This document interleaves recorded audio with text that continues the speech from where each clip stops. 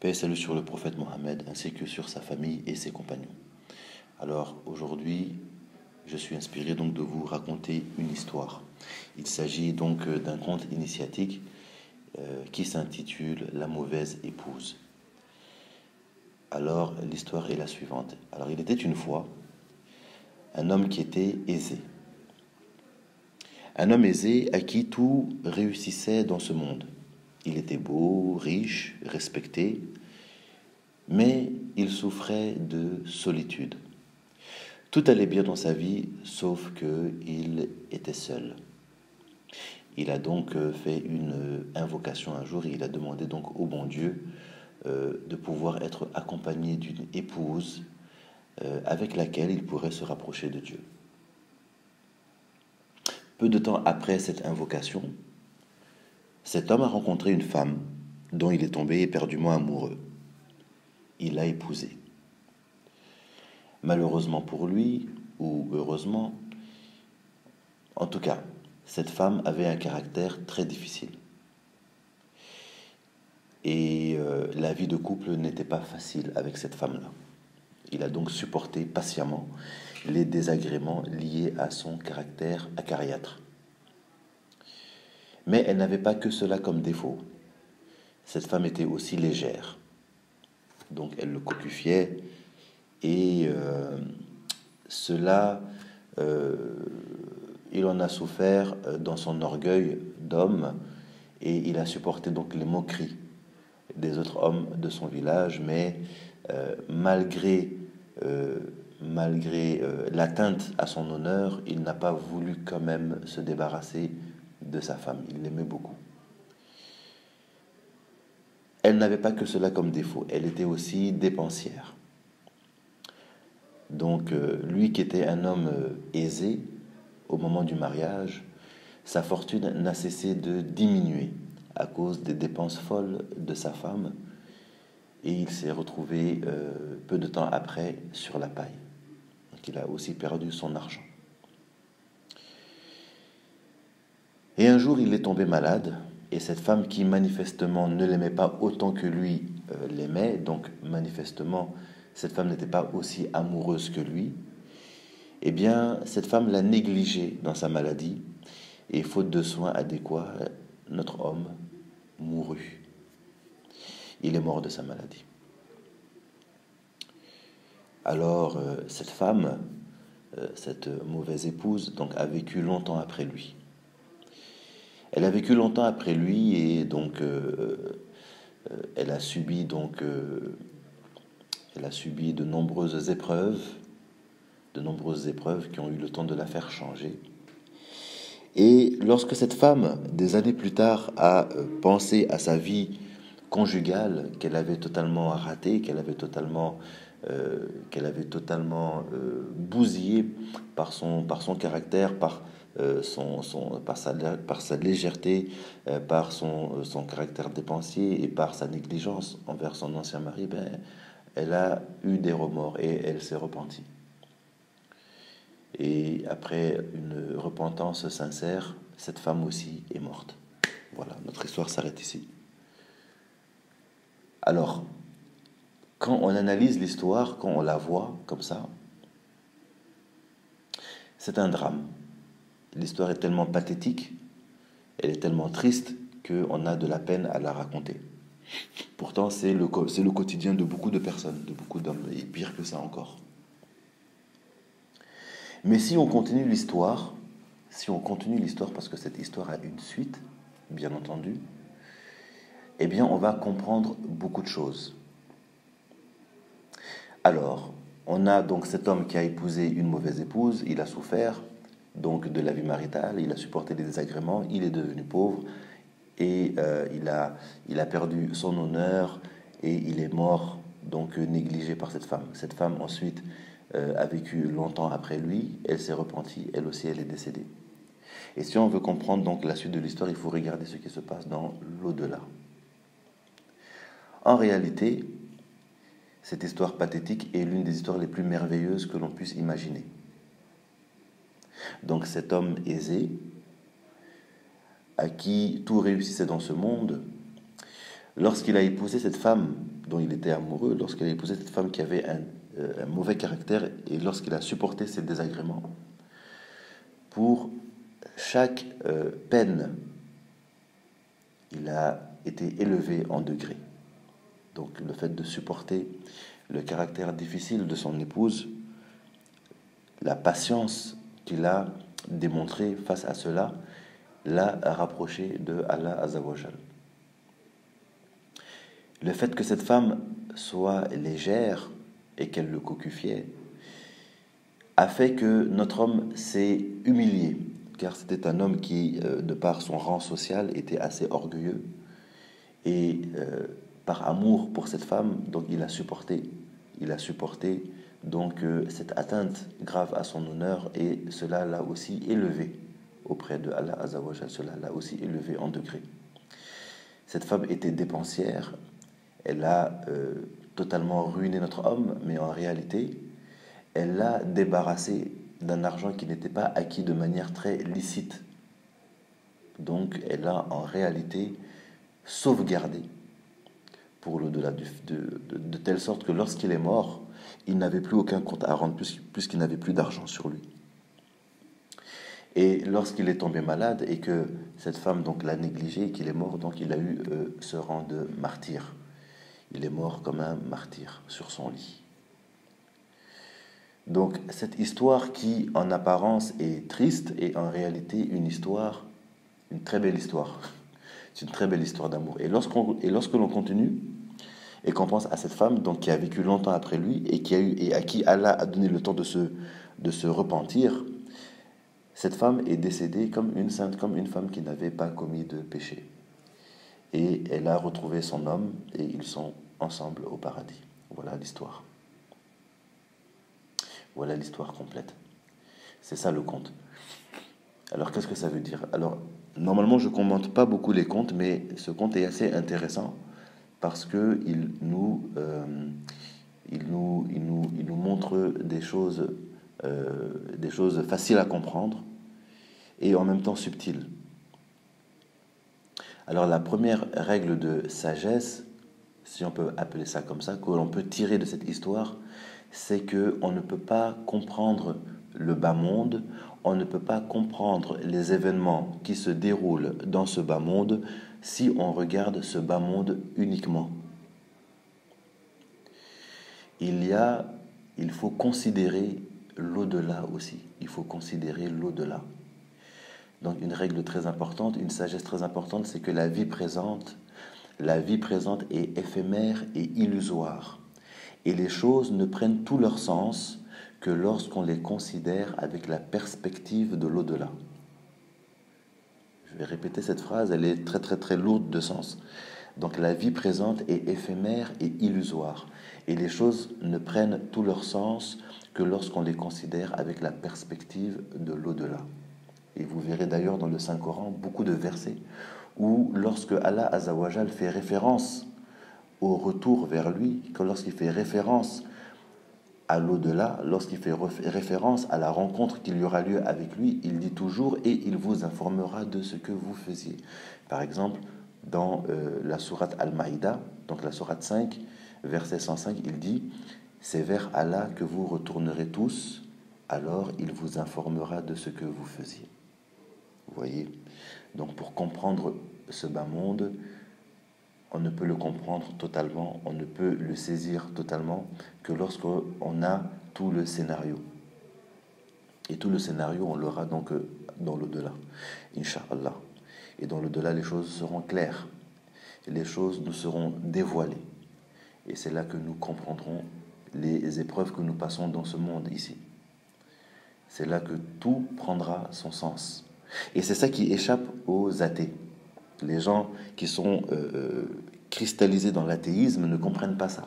Parce que eux, ils essayent de connaître Dieu, ils essayent de comprendre Dieu avec ce bas monde uniquement. C'est pour cela qu'ils disent on ne peut pas croire en Dieu ou on ne croit pas en Dieu parce que pourquoi tel enfant est malade alors qu'il n'a rien fait, pourquoi tel enfant est mort alors qu'il est innocent, pourquoi il y a la guerre dans le monde, pourquoi il y a des maladies, pourquoi ceci, pourquoi cela. Donc les choses négatives, lorsqu'ils les considèrent seulement avec ce bas monde, c'est sûr qu'on ne peut pas comprendre Mais lorsque l'on a donc tout le film, lorsque l'on a donc tout l'horizon, lorsque tout l'horizon des choses se dévoile à nous, donc avec l'au-delà, à ce moment-là, on comprend les choses. Comme dans cette histoire. Si on regarde cette histoire seulement d'un point de vue de ce bas monde, c'est sûr que c'est une histoire triste. On a envie on a envie de condamner cette épouse à mort tellement elle est détestable, tellement ses caractéristiques sont détestables. Mais en réalité, cette épouse, cette mauvaise épouse, est la meilleure chose qui soit arrivée à cet homme. En apparence, c'est la pire chose qui lui soit arrivée, mais en réalité, c'est la meilleure chose qui lui soit arrivée. Donc ça, c'est la première règle de sagesse, c'est que la vie présente est éphémère, elle est illusoire, et les choses ne prennent tout leur sens que lorsqu'on les considère avec la perspective de l'au-delà. Voilà. Et pour comprendre les choses, il faut le temps.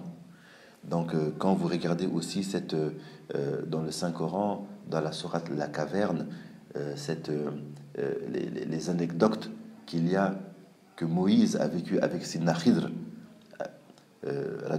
donc ce saint homme qui avait cette connaissance infuse, Moïse n'a pas compris sur le coup, donc ce qui se déroulait devant lui.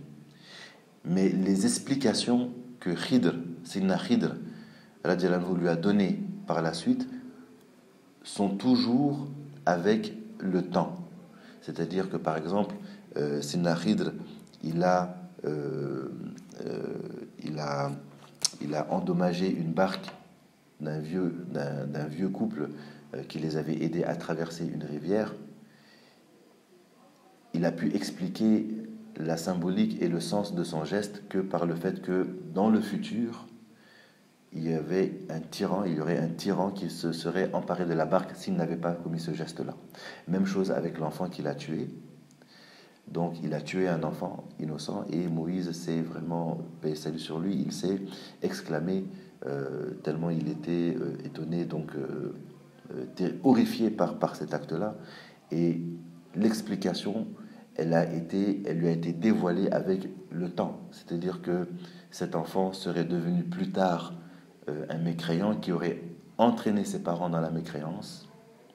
Donc il a reçu cet ordre donc de le tuer afin de protéger ses parents de la mécréance et aussi en le tuant en étant enfant, donc cet enfant meurt innocent. Donc il ne mourra pas mécréant, donc en même temps il l'a tué, en même temps il l'a sauvé. Et cet enfant sera remplacé par un autre plus affectueux et croyant, etc. Donc cette histoire, elle est dans la sourate La Caverne. Donc vous voyez aussi dans cette histoire-là que les choses prennent le sens avec du temps. C'est avec le temps. Donc le passé ou le futur, c'est comme ça qu'on peut expliquer les choses. Et on explique encore plus les choses avec l'au-delà, avec la perspective de l'au-delà. Beaucoup de choses qui se passent dans ce bas monde, si on essaye de le comprendre, on ne peut pas, on n'y arrivera pas. Elles ne feront absolument aucun sens. Elles seront totalement en désaccord aussi avec une vision divine limitée. Si jamais on dit que oui, mais Dieu est amour, comment peut-il permettre que des enfants meurent? Oui, mais Dieu est miséricordieux, comment peut-il permettre qu'il y ait de la guerre et qu'il y ait des innocents qui meurent? C'est sûr que si on ne regarde que la vie présente, on ne pourra jamais comprendre.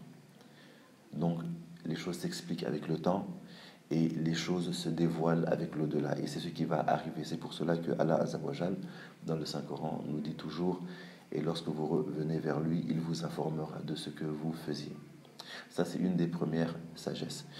La deuxième sagesse que l'on peut tirer de ce conte, c'est que tout ce qui touche le croyant est un bienfait. Tout ce qui touche le croyant est un bienfait. Donc cet homme-là, ayant fait cette invocation, donc on suppose qu'il est croyant.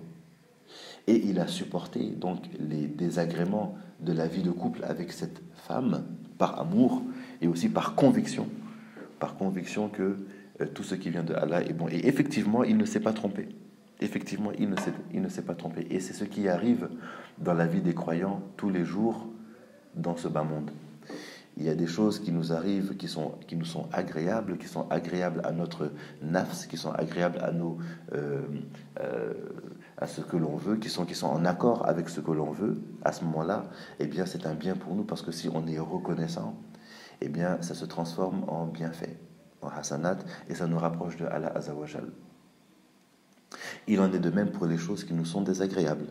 Lorsque des événements difficiles, lorsque l'on doit traverser des événements difficiles, ou lorsque l'on doit faire un bout de chemin avec une personne difficile, eh bien, c'est un bienfait aussi, parce qu'il se cache dedans, assurément, des bienfaits, si on est croyant, bien entendu. Si on est croyant, à ce moment-là, eh bien, ce ne sera que du bien. Ce ne sera que du bien pour nous. Inch'Allah, même si c'est difficile. Ça, c'est la deuxième sagesse. La troisième sagesse, et ça, c'est une sagesse plus subtile. Il y en a d'autres encore, mais je vais m'arrêter à trois sagesses. La troisième sagesse que l'on peut tirer de cela, c'est que il faut renoncer à essayer de comprendre les modalités d'exaucement de Allah Azawajal. La manière dont Allah Azawajal agit, la manière dont sa volonté s'effectue, elle est au-delà de notre entendement. On ne peut pas le comprendre. On ne peut pas comprendre les modalités d'exaucement. Si vous demandez quelque chose à Allah Azawajal, il y a de fortes chances que l'exaucement ne se fasse pas de la manière que vous avez conçue. Et pourtant, c'est un exaucement parfait. Et comme on ne peut pas cerner totalement la science d'Allah Azawajal, et même les prophètes, sur eux, la paix et le salut ne peuvent pas la cerner totalement. D'ailleurs, on a l'exemple avec Sayyidina Nuhu, donc Noé, paix et salut sur lui, lorsqu'il a demandé l'extermination de son peuple avec le déluge, il n'a pas compris pourquoi son fils avait été aussi pris dans les flots alors qu'il avait reçu la garantie de Allah Azawajal que sa famille ne serait pas touchée par le déluge. Vous voyez? Donc dans le Saint-Coran, Allah lui a répondu en lui répondant que son fils ne faisait pas partie de sa famille car il était mécréant. Donc Nuhu, Sayyidina Nuhu, paix et salut sur lui, il y a des modalités d'exaucement qui lui ont échappé parce que la science d'Allah, elle est vaste. Et même les prophètes ne peuvent pas la cerner totalement. Donc cela a échappé à Sayyidina Nuhu. Même chose avec Sayyidina Moussa. Par exemple, Moïse, paix et salut sur lui, a demandé, lorsqu'on lui a annoncé la prophétie, il a demandé à Allah Azawajal d'être assisté par son frère, d'être fortifié, assisté, rassuré par la présence de son frère en étant prophète. Et Allah Azawajal l'a exaucé. Cependant, lorsqu'il y a eu l'événement du veau d'or, Sidna Moussa, paix et salut sur lui, s'est mis en colère contre son frère. Et lorsque l'on lit les versets de Coran qui font référence à cet événement-là, c'est comme si Sidna Moussa a reproché à son frère Aaron, paix et salut sur lui, le fait de ne l'avoir pas assisté convenablement en son absence. Pourtant, Allah l'avait exaucé dans le sens qu'il aurait la garantie d'être assisté dans sa mission de prophète. Donc en fait, Sayyidina Aaron, donc Aaron, son frère, n'a pas fait défaut dans sa mission. Mais sur le coup, cela a pu échapper à Sayyidina Moussa, qui a pu considérer que son frère n'avait pas correctement fait sa mission. Et Allah est plus savant. Donc vous voyez, les modalités d'exaucement peuvent nous échapper. Voilà, donc ça c'est... Voilà, donc je vais m'arrêter à ces trois sagesses-là. Si vous êtes inspiré et que vous en décelez d'autres, alhamdulillah, vous pourrez aussi en faire part dans les commentaires ou garder ça pour vous. Voilà, que Allah nous donne la compréhension des choses et que Allah nous pardonne aussi, que Allah nous pardonne nos écarts. Voilà, nous sommes ignorants et c'est cela notre condition. Nous sommes ignorants de beaucoup de choses. Donc nous n'avons qu'à nous soumettre en réalité au destin, nous n'avons qu'à nous soumettre à Allah Azawajal comme Allah Azawajal, c'est-à-dire que Allah Azawajal fait ce qu'il veut en réalité, et lui il n'est pas questionné pour cela. Voilà, donc que Allah nous facilite notre cheminement, que Allah nous accorde son agrément, que Allah nous pardonne, que Allah nous bénisse tous, que Allah nous comble de ses bienfaits, de ses faveurs dans ce monde et dans l'autre, qui nous accorde le bonheur ici-bas et dans l'au-delà.